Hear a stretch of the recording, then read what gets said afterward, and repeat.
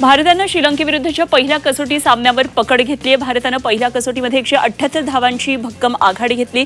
भारतीय गोलंदाजांसमोर श्रीलंकेचा पहिला डाव 284 धावांवर संपुष्टात आला. भारताकडून मानव सुथारनं 4 तर रवींद्र जाडेजानं 3 गडी बाद करत श्रीलंकेचा डाव रोखला. आता चौथ्या दिवशी भक्कम आघाडी घेण्याचा इरादा भारतीय संघाचा असणार आहे. भारताची बॅडमिंटनपटू पी.व्ही. सिंधूनं वर्ल्ड बॅडमिंटन चॅम्पियनशिप स्पर्धेच्या महिला एकेरीमध्ये विजयी सलामी दिली आहे. सिंधूनं आयर्लंडची बॅडमिंटनपटू सोफिया नोबेलवर एकतर्फी विजय मिळवला आहे. सिंधूनं ही लढत 21-9, 21-13 अशी जिंकत स्पर्धेच्या पुढच्या फेरीमध्ये प्रवेश केला. वर्ल्ड बॅडमिंटन चॅम्पियनशिप स्पर्धेमध्ये भारताच्या आयुष शेट्टीनं विजयी सलामी दिली. आयुषनं सलामीच्या लढतीमध्ये चीनचा अग्रमानांकित बॅडमिंटनपटू शिवकीला पराभवाची धूळ चालली. आयुषनं ही लढत 21-14, 13-21, 21-19 असं सरळ 3 सेट्समध्ये जिंकत स्पर्धेच्या पुढच्या फेरीत प्रवेश केला. वर्ल्ड बॅडमिंटन चॅम्पियनशिप स्पर्धेमध्ये भारतीय महिला बॅडमिंटनपटू गायत्री गोपीचंद आणि ट्रिसा जॉलीनं महिला दुहेरीमध्ये विजयी सलामी दिली. गायत्री आणि ट्रिसा या भारतीय जोडीनं स्पेनच्या महिला बॅडमिंटनपटूचं आव्हान 2 सेट्समध्ये परतावून लावलं. गायत्री आणि ट्रिसानं सलामीची लढत 21-9, 21-13 असा शानदार विजय मिळवत स्पर्धेच्या पुढच्या फेरीमध्ये धडक मारली.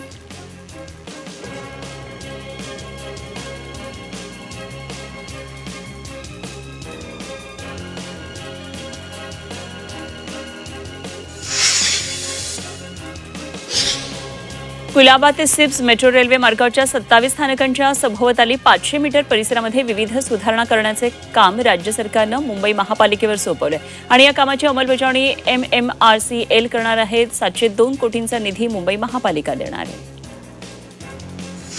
पश्चिम रेल्वेनं जर्मन नॅनो तंत्रज्ञानाचा विस्तार केला. स्थानकावर गुटखा पान मसाला खाऊन थुंकल्यामुळे पडणाऱ्या डागांना आळा घालण्यासाठी या तंत्रज्ञानाचा आता विस्तार केलाय. माटुंगा रोडनंतर आता दादर, मुंबई सेंट्रल, खार स्थानकावर विशेष अँटी स्टेन कोटिंग करण्यात येणार आहे. तुळशी टनेल बोअरिंग मशीनद्वारे गोरेगाव मुलुंड जोड रस्त्याच्या 5.30 किलोमीटर दुहेरी बोगद्याचं खोदकाम सुरू झालंय. प्रकल्प पूर्ण झाल्यावर पूर्व पश्चिम उपनगरातल्या प्रवासाचा वेळ 20 मिनिटांपर्यंत कमी होणार आहे. हडपसर ते पुरंदर विमानतळादरम्यान सुमारे 10 किलोमीटर दुहेरी बोगदा प्रस्तावित आहे. दिवे घाटाखालून जाणाऱ्या या बोगद्यामध्ये मेट्रो आणि वाहनांसाठी स्वतंत्र मार्ग असतील. प्रकल्पाचा आराखडा महामेट्रो तयार करणारे, मात्र अंमलबजावणी कोण करणार याबाबत अद्याप स्पष्टता नाही. मुंबई महापालिकेनं 244 कोटी रुपयांचा प्रकल्प हाती घेतलाय. पाणी गळती आणि दूषित पाण्याची समस्या दूर करण्यासाठी हा प्रकल्प हाती घेण्यात आला. प्रत्येकी 6 वॉर्डमध्ये जलवाहिन्यांची दुरुस्ती, सेवा जोडण्यांचं नूतनीकरण आणि झडप कक्षांची कामं केली जाणार आहेत. गणेशोत्सवाला युनेस्कोच्या जागतिक वारसा यादीमध्ये स्थान मिळावं यासाठी राज्याच्या सांस्कृतिक कार्य विभागानं कंबर कसली आहे. त्यासाठी राज्याच्या सर्व शासकीय विभागांना कामं नेमून दिली आहेत. तर राज्यातल्या 480 सार्वजनिक गणेशोत्सव मंडळांना पारितोषिकाच्या रूपानं 1.5 कोटी रुपयांची बक्षिसं दिली जाणार आहेत. महाराष्ट्राच्या सार्वजनिक गणेशोत्सवाला राज्य महोत्सव म्हणून मान्यता मिळाल्यानंतर बाप्पाच्या स्मरणार्थ विशेष टपाल तिकीट आणि नाणं प्रसिद्ध करण्यात येणार आहे. यासाठी राज्य सरकारनं 55 लाख रुपयांना मंजुरी दिली आहे. तिकिटासाठी 15 लाख, नाण्यासाठी 40 लाख रुपये खर्च केले जाणार आहेत. मुंबई विद्यापीठाकडून करण्यात आलेल्या बदलांचे, त्रुटींचे आणि आवश्यक सुधारणांचं बाह्य मूल्यमापन केलं जात आहे आणि national institute of educational planning and administration या संस्थेकडून हे मूल्यमापन निवडक महाविद्यालयांमध्ये सुमारे 2 महिने चालणार आहे. त्यानंतर अहवाल सादर केला जाईल. पुणे महापालिका नव्यानं समाविष्ट 34 गावांमध्ये आधुनिक गोशाळा आणि पशुवैद्यकीय रुग्णालय उभारणार आहे. यासाठी गायरान आणि शासकीय जमिनींचं सर्वेक्षण केलं जाणार आहे. जनावरांना मोफत उपचार, लसीकरण, औषधं, चारा आणि पाण्याची सुविधा मिळणार आहे. सणासुदीच्या काळामध्ये देशात मोठ्या प्रमाणावर रोजगाराच्या संधी निर्माण होणार आहेत. सुमारे 2.25 लाख तात्पुरत्या नोकऱ्या उपलब्ध होण्याची शक्यता आहे. नवीन नोकऱ्यांमुळे प्रामुख्यानं गिग कामगारांसाठी अतिरिक्त पर्याय खुले होतील. राज्यातील गूळ उद्योगाला स्वतंत्र कायद्याच्या चौकटीमध्ये आणण्याच्या हालचालींना वेग आलाय. साखर आयुक्तालयानं कायद्याचा मसुदा शासनाकडे पाठवलाय. शासनानं काही दुरुस्त्या सुचवलेल्या आहेत आणि यावर आठवड्यामध्ये बैठक होणार आहे.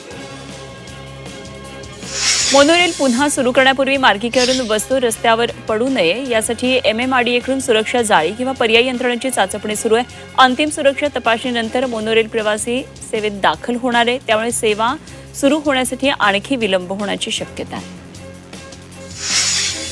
राज्य वैद्यकीय परिषदेच्या 14 नव्या सदस्यांची राज्य सरकारनं घोषणा केली. नोंदणीकृत 5 सदस्यांसह वैद्यकीय व्यावसायिकांनी निवडून दिलेल्या 9 सदस्यांचा यामध्ये समावेश आहे आणि या सर्व सदस्यांचा कार्यकाळ शासन राजपत्रामध्ये अधिसूचना प्रसिद्ध झाल्याच्या तारखेपासून 5 वर्षांचा राहणार आहे. पश्चिम रेल्वेनं खाद्यपदार्थ विक्री केंद्रावरच्या स्वच्छता आणि अन्न सुरक्षेसाठी विशेष मोहीम सुरू केली आहे. महिना अखेरपर्यंत 300 तपासण्या करण्याचं नियोजन आहे. खाद्यपदार्थ आणि पाण्याचे नमुने तपासले जातात. जून अखेरपर्यंत 914 कॅटरिंग युनिटची खोलवर स्वच्छता करण्यात आली आणि 1587 किलो कचरा हटवण्यात आला. मुंबईमध्ये उंच गणेश मूर्तीच्या मिरवणुकीमध्ये एल आकाराचे सिग्नल खांब हे अडथळा ठरू शकतात आणि त्यामुळे मिरवणूक मार्गांची आगाऊ पाहणी करून आवश्यक संरचना तात्पुरती हटवावी अशी मागणी गणेशोत्सव समन्वय समितीनं वाहतूक पोलिसांकडे केली आहे. रस्त्यांवरचे खड्डे, अनधिकृत पार्किंग, केबल वायर, बेवारस वाहनं हटवण्याची मागणी करण्यात आली. छत्रपती संभाजीनगरमध्ये 3000 BLO 26 लाख मतदारांपर्यंत पोहोचले. 6 लाख मतदारांची नावं यादीतून वगळण्यात येणार आहेत. यामध्ये स्थलांतरित, मृत, दुबार नावं, गैरहजर, पत्ता अपूर्ण असलेल्या मतदारांचा समावेश आहे. ठाण्यामध्ये मानपाडा परिसरात जमीन विकास आराखड्यातील आरक्षणातून मुक्त करण्याचे आदेश मुंबई उच्च न्यायालयानं पालिकेला दिलेत. संबंधित जमिनीचं संपादन न करता किंवा विहित मुदतीमध्ये आवश्यक कार्यवाही न करता ती जमीन अनिश्चित काळासाठी आरक्षित ठेवता येणार नाही असे दावे न्यायालयानं आदेश देताना स्पष्ट केले आहे.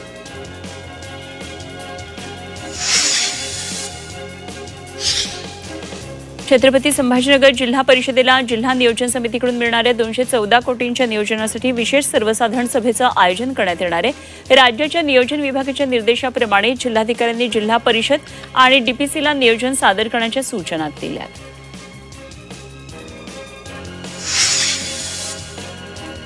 छत्रपती संभाजीनगर मनपातल्या 115 पैकी 25 नगरसेवकांविरोधात 3 अपत्य, अतिक्रमण आणि अनधिकृत बांधकाम आदी कारणांवरून अपात्रतेच्या तक्रारी दाखल आहेत. या प्रकरणामध्ये मनपा आयुक्त यांच्यासमोर सुनावणीला सुरुवात झाली आहे. यावेळी 8 जणांनी आरोपांवर म्हणणं मांडण्यासाठी पुढची तारीख देण्याची विनंती केली आहे.